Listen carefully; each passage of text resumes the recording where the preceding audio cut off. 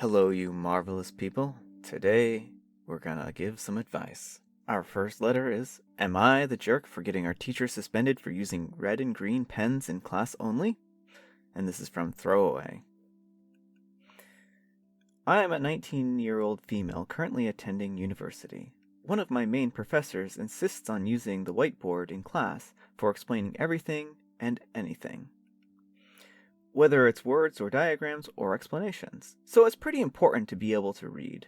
And here's the problem. I'm colorblind, and I cannot distinguish the difference between red and green. Like, at all. It just looks like the same color to me.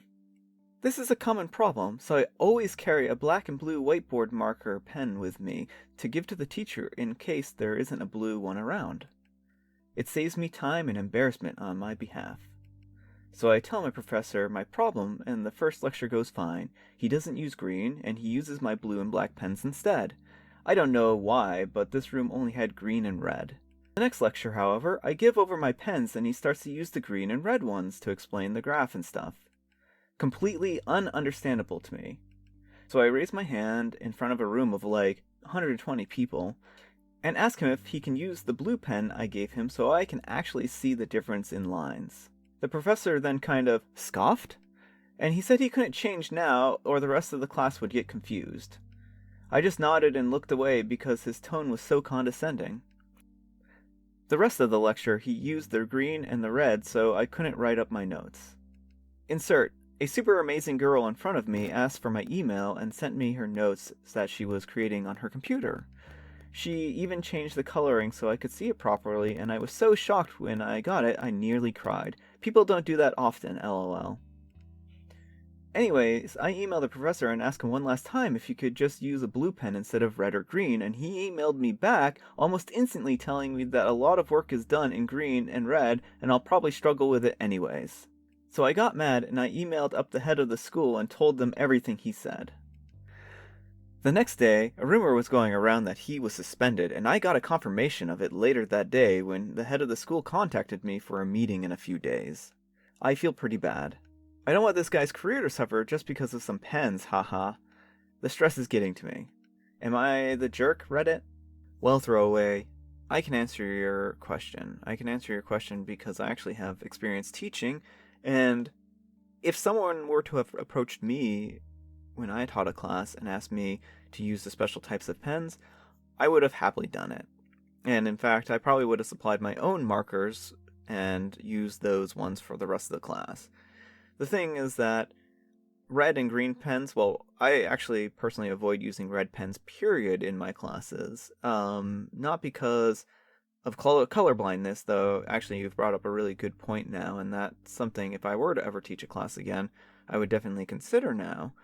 But if they're so hard to read as it is, red pens just are not easy to read on whiteboards, and anyone who uses red pens are pretty well evil, in my opinion. So, while, yeah, it might be bad that this teacher has this issue, and that they really didn't do themselves any favors by not working with you with your disability, they brought this on themselves. And in this case, I'm actually going to have to give you 0 out of 5 on the jerky scale. And again, this is because you approached them, you asked them reasonably, you didn't create a big disruption in class, and they seemingly, just for no apparent reason whatsoever, decided that, no, I'm not going to follow your reasonable request, I'm just going to ignore you and continue the status quo. And I think, as a teacher, that's very disrespectful, and the way that they treated you, the teacher treated you, was very condescending, and in a lot of ways, if they don't accommodate students, they don't really deserve to teach. Teaching is a privilege. Anyhow, good luck with your future class, and I hope everything goes well. Am I the jerk? My mom saw porn in Dad's YouTube history and asked me to choose my clothes better. From Dumplings99. My parents aren't so good with technology and find it difficult to do basic stuff on their phones. They bought my younger brother, let's call him Brandon, a phone recently, and since they don't know anything about parental controls, my mom stays concerned about what he uses it for. To be honest, he's just into games and music and not anything else. This morning, my mom and I were having breakfast when she asked if Brandon's Gmail was logging into my dad's phone too. I said he might have used his dad's phone to check the inbox or whatever, but no biggie. My mom then said Brandon has been watching dirty stuff because she saw it on his YouTube history. I rolled my eyes because I know it's none of my business, but I have to deal with it because it's a big deal for my mom. I checked if Brandon's Gmail was logging to my dad's phone, and it wasn't. My dad just has the same profile picture for no apparent reason. I said nothing for a while, but she said she'll have to talk to brother about this. That's when I decided to intervene. I told her I saw Dad's YouTube history and not my brother's. She was noticeably embarrassed.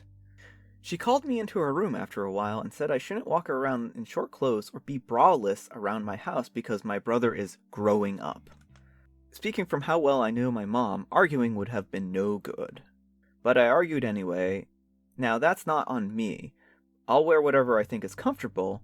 I couldn't care less who's growing up. Am I the jerk? Well, Dumplings, my answer to you is that you're not the jerk. And the reason why you're not the jerk is you're not responsible for the actions of your dad or your brother. And this is a complex situation, and it's confusing probably for your mom because she doesn't know how to handle this. The thing that kind of strikes me about this is that your dad seems to be using the same icon as your brother for his Gmail. This may very well be intentional as kind of a red herring to throw your mom off what he's doing, to kind of place blame on him instead, because he might know that your mother will approach your mother will approach your brother rather, and not your father about this.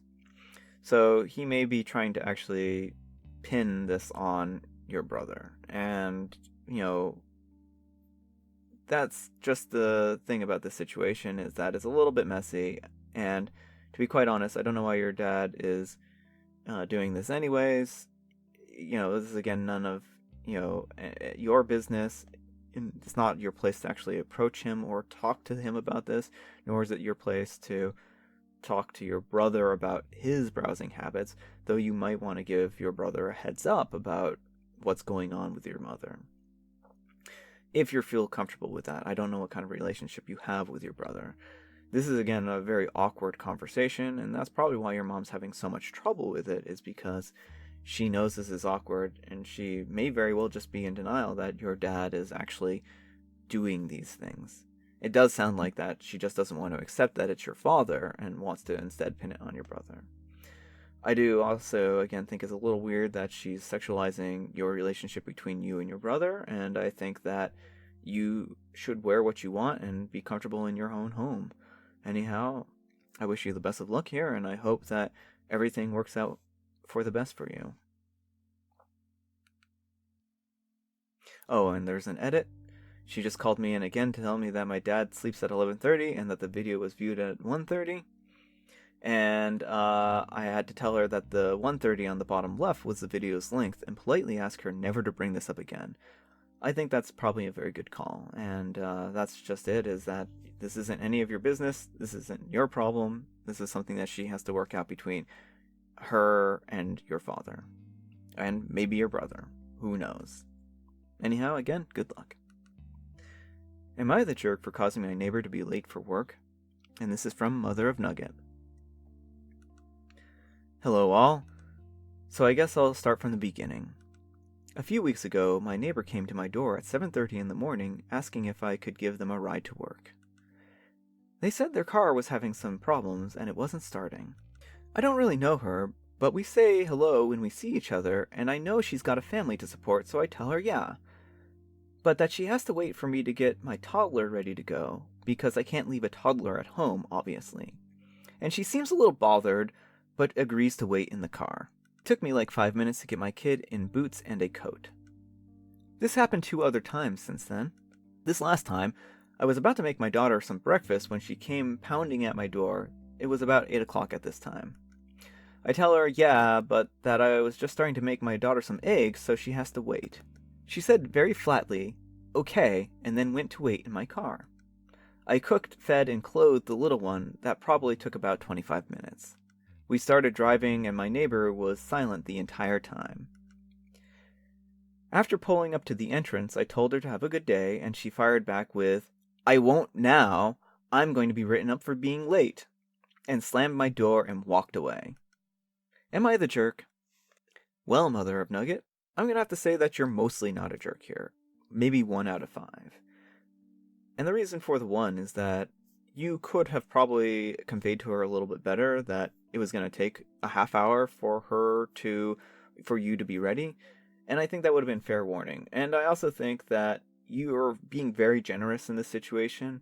And also it seems like she might be kind of wearing on your last nerve. Maybe you should have approached her ahead of time to kind of express your concerns. And I know you're only trying to do the good thing here and the right thing here. And I think for the most part, you're not the jerk. Really, the only place that I would say that you may have done a little bit better here was, again, expressing that it was going to take 25 minutes. But she's also being ungrateful. And I think that's really sad because you are going out of your way to help this woman. But she probably is just very frustrated, and the thing is that life sometimes throws us curveballs, and I don't think it sounds like she's doing this maliciously. I think that she's, has problems in life, and one of her problems is that her car isn't working. And that's not your problem, and you've done a spectacular job here, it sounds like, at helping her. And that's really what this boils down to. I think that more than anything, she probably is grateful to some degree, but this was just probably very stressful for her, and probably not the situation she was looking to. And if you had been able to tell her that it was going to take 25 minutes, maybe she would have found alternative transportation.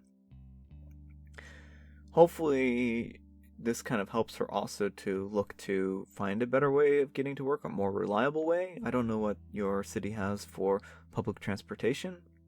Maybe she can catch a bus. Maybe a bus is too much effort or it's going to make her late.